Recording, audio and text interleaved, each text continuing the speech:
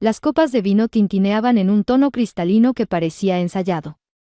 Un cuarteto de cuerdas, escondido en la esquina, mantenía un hilo musical tan perfecto que casi daba vergüenza respirar. Las charolas de plata cruzaban la sala con una coreografía silenciosa, brochetas de camarón, aceitunas rellenas, bocados tan pulcros que uno dudaba en morder. La residencia de la familia Serrano brillaba, mármol pulido, techos altos, flores blancas que olían a dinero viejo. Y yo, al lado de la chimenea, intentando calzar mi sonrisa en un marco que nunca fue hecho para mí. Era nuestra fiesta de bienvenida a casa, pero en realidad se sentía como un examen de admisión. 3 meses viviendo aquí, 2 años de casados, y una certeza recién nacida: nada en este lugar había sido escogido por mí. Los cuadros abstractos de nombres impronunciables, el perfume a pino mediterráneo que doña Graciela insistía que olía a prosperidad, incluso la luz parecía obedecer un guión. Santiago se movía como si flotara. Traje impecable, bronceado discreto, sonrisa medida. Su mano rozaba la parte baja de mi espalda apenas lo necesario, un gesto de pertenencia que, al mismo tiempo, me dejaba en la vitrina. Era experto en hacerme visible para la foto e invisible para la conversación. Mariana, la voz de don Alberto cortó el murmullo como un bisturí: ven un momento. Me acerqué con la sonrisa ensayada, esa que dice: estoy bien, pertenezco, entiendo las reglas. Él estaba junto a la isla de la cocina, copa en mano, rodeado de un semicírculo de invitados que lo miraban con devoción. El tema era el de siempre: legado, expansión, contactos. Justo les contaba la impecable gestión de Santiago con la expansión de cuentas del Grupo Serrano, dijo, orgulloso, como si presentara un trofeo. Digno hijo de su padre. Giró hacia mí con esa sonrisa de abogado que no promete, calcula. Y Mariana, tú eras de comunicación, ¿cierto? Algo creativo. Estrategia de branding digital, respondí, ligera, cuidando la respiración. Ayudo a las marcas a encontrar su voz y su audiencia. Claro, claro, asintió con una falsa memoria. Instagram, ¿no? Siempre es útil tener a alguien que aderece el imperio. Las risas llegaron suaves, calibradas para humillar sin manchar la alfombra. Yo sentí el calor subirme a la cara, una corriente mínima que nadie notaría, salvo yo. Busqué a Santiago. Él brindaba con un viejo compañero de colegio, la mirada puesta en otra conversación, otro mundo. En ese instante lo entendí. No estaban presentándome, me estaban ubicando. Yo no era la nuera. Era el adorno. El toque, humano, de una marca familiar que se vendía sola. La música siguió, los meseros siguieron, la noche siguió. Yo caminé hacia el pasillo que conducía al baño de visitas. Conté 4 cuadros, 2 puertas, un espejo grande al fondo. Cerré. Apoyé las manos en el lavabo. Respiré. Dejé que el pulso marcara un ritmo que no se escuchaba en el salón, un tambor bajito, tosudo. No lloré. No era tristeza. Era otra cosa, la sensación de estar de pie sobre una línea que ya no podía cruzar de regreso. Recordé el día que entré a esta casa por primera vez. La decoradora de don Alberto hablaba de armonías neutras, de texturas que comunican solvencia. Yo asentía, tomaba notas, elegía entre beiges que parecían idénticos. Creí que construir familia era aprender ese idioma, limar aristas, encajar. Apagué la llave. Me miré al espejo. El maquillaje estaba intacto, como si todo lo que yo era se hubiera quedado al otro lado del vidrio. Toqué el borde frío con la yema de los dedos y sonreí, apenas. No por cortesía, por estrategia. Abrí la puerta y volví a la sala. El cuarteto tocaba algo alegre, los socios reían, doña Graciela paseaba su aprobación como un perfume caro. Don Alberto me interceptó con un gesto mínimo de cabeza. Entendí la orden, foto con la pareja joven. Acomodé el cuerpo, levanté la barbilla, sonreí. El flash estalló. Así se cuenta la historia, pensé. Con una imagen que borra lo incómodo. El problema era que yo ya no quería borrarme. A la hora del brindis, don Alberto habló de futuro, de disciplina, de proteger lo construido. Pronunció mi nombre una sola vez, y no sonó como un nombre. Sonó como una nota al pie. Detrás de la copa, mis labios dibujaron la curva perfecta. Por dentro, una idea se sentó conmigo: esto no es el inicio de un matrimonio, es el prólogo de un ajuste de cuentas. Cuando los invitados empezaron a irse, Santiago me tomó del codo con suavidad. Salió perfecto, susurró, sin mirarme a los ojos. Asentí. Caminé hasta la puerta, despedí a la última pareja, agradecí las flores. Cerré. La casa quedó en silencio, pero en mi cabeza seguía ese tambor bajito. No era miedo. No era rabia. Era otra cosa, una certeza que no sabía todavía cómo nombrar, pero que ya me había elegido. Esto, me dije, dejando la copa en la encimera, no termina aquí, aquí empieza. A la mañana siguiente, me desperté en una cama que ocupaba la mitad de una habitación decorada hasta el último detalle por alguien más. Las cortinas, elegidas por la decoradora de don Alberto, caían como una cascada perfecta sobre el ventanal. En las paredes, cuadros abstractos que nunca elegí. Y el aroma. Ese pino mediterráneo que doña Graciela juraba que olía a prosperidad, y que, para mí, solo era un recordatorio de que este espacio no era mío. Me senté al borde de la cama, mirando a Santiago dormir. Y no pude evitar preguntarme, ¿en qué momento empecé a ceder terreno? No había un día exacto, fueron pasos pequeños, casi invisibles, que con el tiempo me llevaron a perderme a mí misma. Cuando nos comprometimos, yo vivía en Guadalajara y trabajaba en una agencia creativa boutique. Tenía mi propio escritorio, mis clientes, mis ideas. No ganaba fortunas, pero cada peso era mío, y cada logro llevaba mi nombre. Recuerdo las reuniones en cafés, el olor a tinta fresca en las presentaciones, las horas que se me iban sin mirar el reloj. Entonces llegó esa primera cena con los Serrano. Doña Graciela me recorrió con la mirada como quien inspecciona un vestido en una boutique. Luego sonrió, volvió la vista a Santiago y dijo: «Es bonita, no es lo que esperaba, pero servirá». Podría haberlo tomado como una advertencia, pero lo asumí como un reto. Y así empezó todo. Dejé de usar mis vestidos coloridos con estampados florales porque parecen demasiado juveniles. Guardé mis tacones rojos al fondo del armario y los cambié por tonos neutros y discretos. Practiqué cómo cruzar las piernas y sostener la copa de vino de forma elegante. Aprendí a usar el tenedor de ensalada y el cuchillo de pescado en las cenas de 10 tiempos. Memoricé los nombres de las esposas de los socios de Serrano y Asociados, y hasta sus alergias alimenticias. Me convertí en anfitriona de eventos para las amigas de doña Graciela, coordinando cada detalle para que no hubiera un solo vaso fuera de lugar. Y entonces llegó el brunch que aún recuerdo como una herida abierta. Fue en la terraza de la residencia, con un sol suave y mantel blanco. Doña Graciela me pidió que le pasara el azúcar y, con esa sonrisa que siempre escondía a filo, dijo: «¿Has pensado en tomar algunas clases de finanzas o economía? Así podría seguir las conversaciones en la mesa».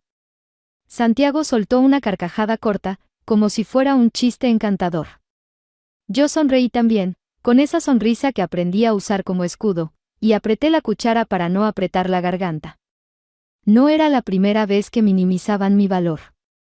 Cada vez que don Alberto decía que mi trabajo era un pasatiempo creativo, yo asentía. Cada vez que doña Graciela me presentaba como la encantadora esposa de Santiago, sin mencionar mi nombre, yo sonreía. Me convencí de que todo formaba parte de construir una familia. Ajustarse. Adaptarse. Suavizar las aristas para encajar. Pero la verdad, no estaba construyendo nada. Estaba compitiendo por una aprobación que nunca llegaría. Y cuanto más me moldeaba, más invisible me volvía. Llegó un punto en que empecé a decir no a clientes porque coincidían con algún evento familiar. Santiago nunca me pidió directamente que lo hiciera, pero tampoco me preguntó por qué ya no trabajaba tanto. Simplemente aceptó el beneficio de tenerme siempre disponible. Me decía a mí misma que todo era temporal, que cuando me ganara un lugar en su mundo, podría volver a ser yo. Pero cada día que pasaba, sentía que esa versión original se alejaba más. Esa mañana, sentada al borde de la cama, con el aroma de pino invadiendo el aire, supe que estaba en medio de un cambio que yo misma había permitido, y que no sabía cómo revertir. Tomé una libreta de mi escritorio, esa donde antes anotaba ideas para mis proyectos.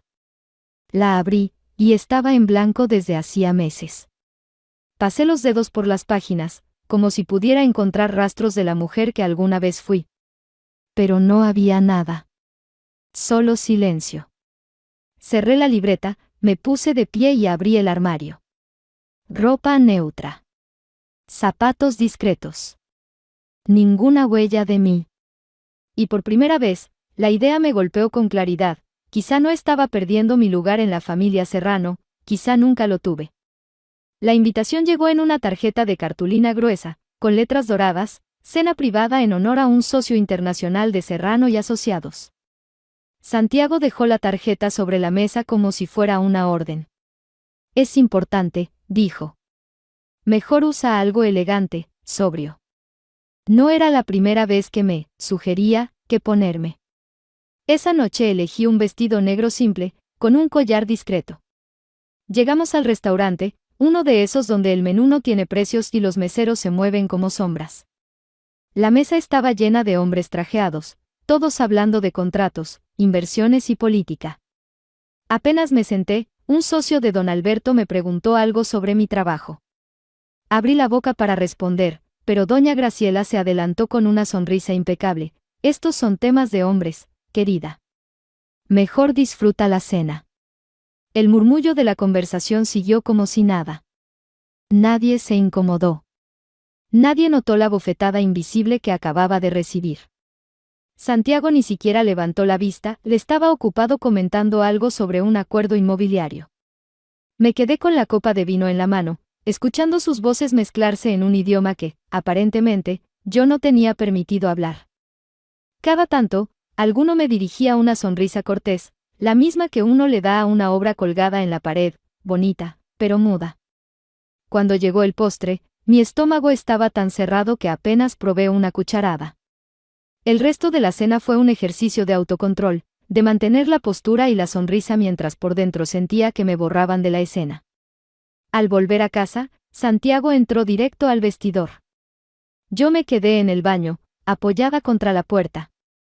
Cerré los ojos, todavía escuchando esa frase repetirse en mi cabeza, temas de hombres. Minutos después, él apareció en el marco de la puerta. ¿Estás bien?, preguntó, pero sin genuino interés. Solo cansada, mentí. ¿Cansada o dramática?, replicó con media sonrisa, como si fuera un chiste privado. No respondí. Lo observé irse a la cama, desplomarse sobre las sábanas y encender el teléfono, como si nuestra noche no hubiera sido más que una parada obligatoria en su agenda. En el silencio del baño, me miré al espejo. El maquillaje estaba impecable, como si toda la incomodidad, la ira y la humillación no merecieran salir a la superficie. Toqué mi propio reflejo y sentí un nudo en el estómago. No era solo la frase. Era todo lo que representaba. Un sistema donde yo podía estar presente, pero nunca participar. Donde mi voz no importaba, donde mi papel era decorar, no decidir. Y ahí, en ese momento, comprendí algo que me heló y, al mismo tiempo, encendió una chispa. Ellos no estaban esperando que yo creciera, estaban esperando que me desvaneciera. Me quité el collar, lo dejé sobre el lavabo y respiré hondo. Esa chispa no era todavía un plan, pero sí una certeza. Algún día, esa voz que intentaban acallar, se haría escuchar. Era una tarde cualquiera. Santiago estaba en una reunión fuera y yo aprovechaba para revisar unas facturas del evento benéfico de doña Graciela. Buscaba un recibo específico, convencida de que algún proveedor había cobrado de más. Entré al despacho de Santiago, ese espacio donde cada libro, cada objeto, parecía colocado para impresionar a un cliente. Encendí la computadora para buscar el archivo, y ahí estaba. Una hoja de cálculo abierta, llena de números. No era el documento que buscaba, pero algo me hizo detenerme. Al principio, pensé que eran cuentas de la empresa. Pero a medida que leía, las cifras empezaron a formar un patrón inquietante. Había transferencias a cuentas que no conocía, gastos en vuelos privados, compras de lujo, y todo esto en medio de lo que Santiago describía como apretarnos el cinturón. Recordé la última vez que me habló de nuestras finanzas. Estábamos en la cocina, y con gesto serio me dijo, la liquidez está en un punto crítico, Mariana. Necesitamos ajustarnos. En ese momento, yo asentí sin dudar. Él siguió, solo te pido un favor temporal, un mes, máximo. Eran $45,000, ahorros que había juntado durante años antes de casarnos. Le transferí la cantidad ese mismo día. Lo hice porque lo amaba, porque pensaba que éramos un equipo. Ahora, viendo esa hoja de cálculo, comprendí que ese dinero no había servido para mantenernos a flote. Se había hundido en un mar de gastos que nada tenían que ver con urgencias. Cerré el archivo, pero la inquietud se quedó. Decidí esperar a la cena para hablarlo. Cuando terminamos el postre, dejé el tenedor y dije, hoy vi algunos documentos. Santiago, tenemos que hablar de las cuentas. Él no mostró sorpresa. Ni siquiera frunció el ceño. Solo soltó un suspiro largo, teatral. No deberías haber visto eso. Son nuestras cuentas, respondí. Estás haciendo de esto un problema de confianza, dijo, inclinándose hacia mí. Mariana, yo he estado sosteniendo a toda la familia. ¿Tú crees que me gusta pedirte dinero? Es humillante. Pero dijiste que estábamos al borde de la quiebra, ¿lo estamos?, levantó la voz. En términos de liquidez. Tú no lo entenderías, es un asunto corporativo. Ahí estaba de nuevo, ese tono condescendiente que no solo me apartaba de la conversación, sino que me colocaba en la categoría de no apta para entender.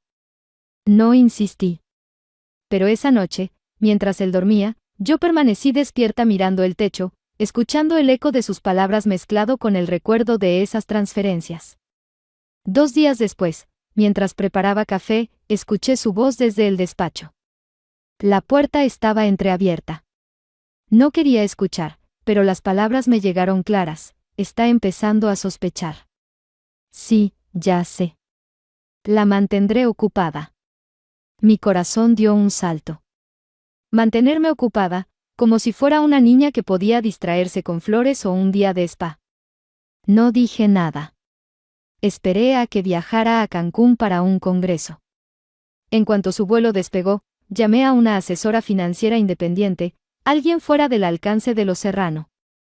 Le di acceso a toda la información que tenía. Su rostro cambió a medida que revisaba los datos. Mariana, aquí hay múltiples cuentas ocultas, varias sociedades registradas a nombre de Santiago y transferencias estratégicas de activos que antes estaban en cuentas conjuntas, y ahora, exclusivamente a su nombre. Me quedé en silencio, sintiendo cómo todo encajaba.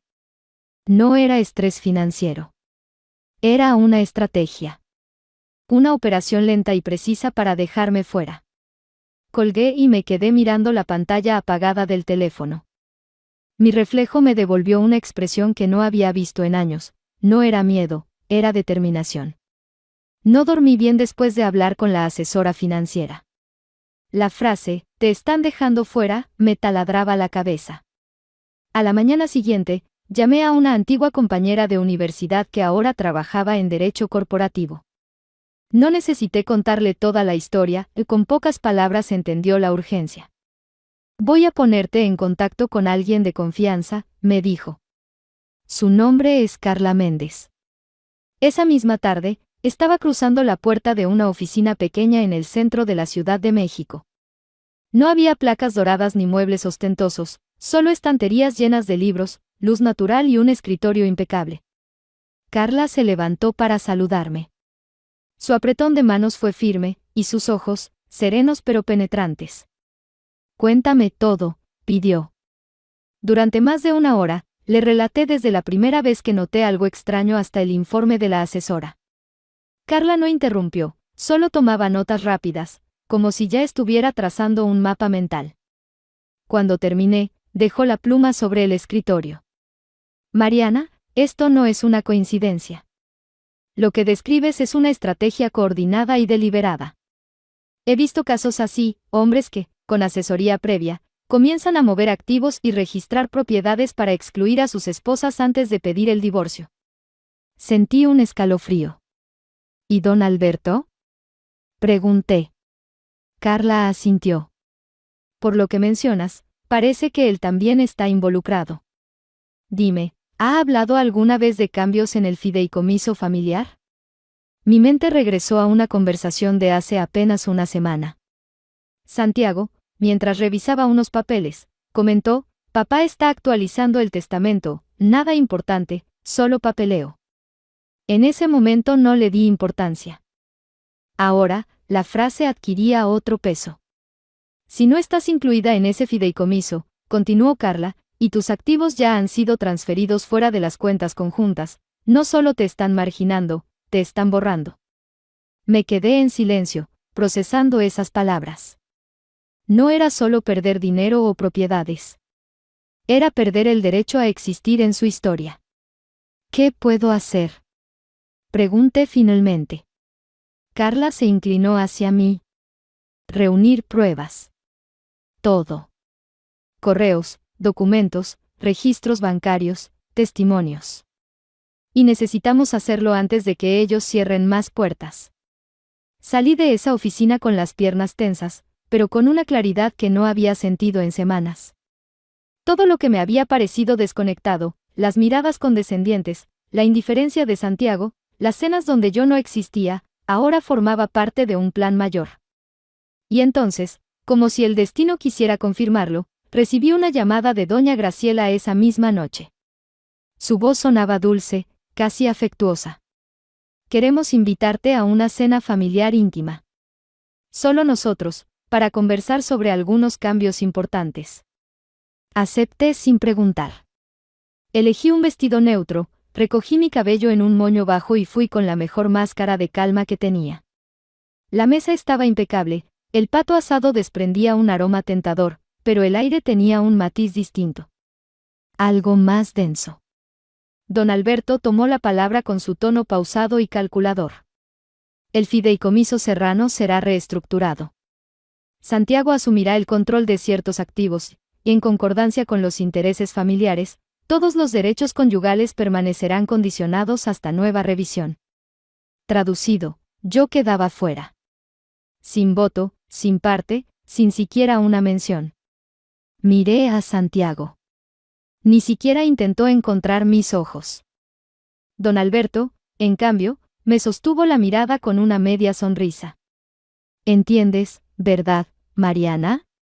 La herencia debe preservarse, y, a veces, hay que podar las ramas que crecen demasiado. Doblé mi servilleta, la dejé sobre el plato y sonreí. Una sonrisa tan tranquila que vi a doña Graciela parpadear. Por supuesto. Porque en ese instante supe que lo que más temían no era mi enojo, sino mi silencio. La cena terminó sin más anuncios. Las copas se vaciaron, las conversaciones cambiaron a viajes y obras de caridad, y yo seguí ahí, asintiendo como si todo fuera normal, mientras por dentro cada palabra de don Alberto resonaba como una sentencia escrita con tinta fría. De regreso a casa, Santiago condujo en silencio. Yo miraba por la ventanilla, viendo cómo las luces de la ciudad se estiraban en líneas doradas sobre el vidrio. No hablamos. No había nada que decir que no se hubiera dicho ya en esa mesa. Apenas cruzamos la puerta, me quité los tacones y caminé hacia la habitación. Santiago se quedó en el salón, hojeando su teléfono. Yo, en cambio, abrí el cajón de mi buró y saqué una tarjeta. La de Carla Méndez. La sostuve unos segundos entre los dedos, y marqué. Quiero divorciarme, le dije en cuanto escuché su voz. Pero no en silencio. Quiero que lo sientan. Carla no dudó. Entonces empezamos ya. Medidas cautelares, congelamiento de activos y solicitud de exhibición completa de pruebas. Colgué con una calma extraña, como si al fin hubiera girado una llave que llevaba años oxidada. Esa misma tarde, Santiago recibió la notificación oficial en la residencia. Yo estaba en la cocina preparando té cuando escuché la puerta cerrarse de golpe. Entró con el documento en la mano. ¿Es alguna especie de exageración?, preguntó, su tono mezclando sorpresa y molestia. No, dije sin mirarlo. Es una respuesta. ¿A qué? A un robo, y a una traición. Él apretó la mandíbula, pero no replicó. Comenzó a hablar de presión familiar, de responsabilidades que yo no entendía, lo mismo de siempre. Esa noche, el teléfono sonó con un número desconocido. Contesté. Era don Alberto. Este circo que has empezado tiene que terminar, dijo sin preámbulos. Entonces déjalo terminar, respondí. ¿Te crees lista trayendo abogados externos, congelando cuentas, presentando el divorcio en un juzgado con sensibilidad mediática? Estás cometiendo un error. No, repliqué. El error fue pensar que yo era parte de esta familia. Hubo un silencio breve. Me aseguraré de que te vayas sin nada, sentenció. Y cuando nadie quiera contratar a una consultora de marca con fama de quemar puentes, veremos cuánto duras. Sonreí, aunque él no pudiera verlo. No voy a necesitar que me contraten, ya empecé a construir lo mío. Colgué. Afuera, la ciudad seguía viva. Adentro, yo ya no era la misma mujer que había entrado a esta casa creyendo que podía encajar. Ahora estaba en pie, y dispuesta a pelear. La primera bomba cayó una semana después de la llamada de don Alberto. Un diario financiero de la Ciudad de México publicó un artículo titulado Serrano y asociados bajo investigación por movimientos irregulares de activos. La foto mostraba a don Alberto y a Santiago saliendo de un edificio de gobierno, con expresiones tensas. El texto hablaba de transferencias opacas, conflictos de interés y uso indebido de fondos de un fideicomiso privado. No tuve que hacer mucho para que saliera. Carla sabía exactamente a quién llamar, qué documentos filtrar y en qué momento. El resto lo hizo la prensa. Y el ego herido de varios competidores de los Serrano. La llamada de Santiago llegó esa misma noche. ¿Qué demonios hiciste?, gritó, sin siquiera saludar. Solo conté mi versión, respondí. Y parece que no soy la única que tenía algo que decir. El silencio del otro lado me confirmó que había más de lo que yo sabía. Mientras tanto, en el plano legal, Carla presentó una solicitud formal para congelar todas las cuentas vinculadas al matrimonio hasta que se determinara la división de bienes. También pidió acceso completo a los registros de las sociedades en las que Santiago figuraba como socio único. Don Alberto contraatacó con su propio equipo legal, intentando que el caso se trasladara a un tribunal más amigable para ellos. Pero Carla estaba preparada, tenía copias certificadas de cada documento y un respaldo digital encriptado. En paralelo, yo empecé a mover mis piezas fuera del tablero familiar. Contacté a 3 de mis antiguos clientes en Guadalajara y les propuse un proyecto conjunto. La respuesta fue inmediata: sabíamos que volverías. Mientras las audiencias se programaban y la prensa seguía escarbando, yo me ocupé de otra cosa: reconstruir mi nombre. Publiqué un artículo en una revista de negocios sobre la importancia de la transparencia en sociedades familiares. No mencioné a los Serrano, pero cada frase estaba teñida de mi experiencia. La repercusión fue enorme. Invitaciones a conferencias, entrevistas, incluso una consultora internacional me propuso colaborar. Una noche, mientras revisaba correos, recibí un mensaje anónimo: están vendiendo propiedades rápido. Cuidado con los movimientos de último minuto. Llamé a Carla de inmediato. Tenemos que frenar cualquier venta, dije.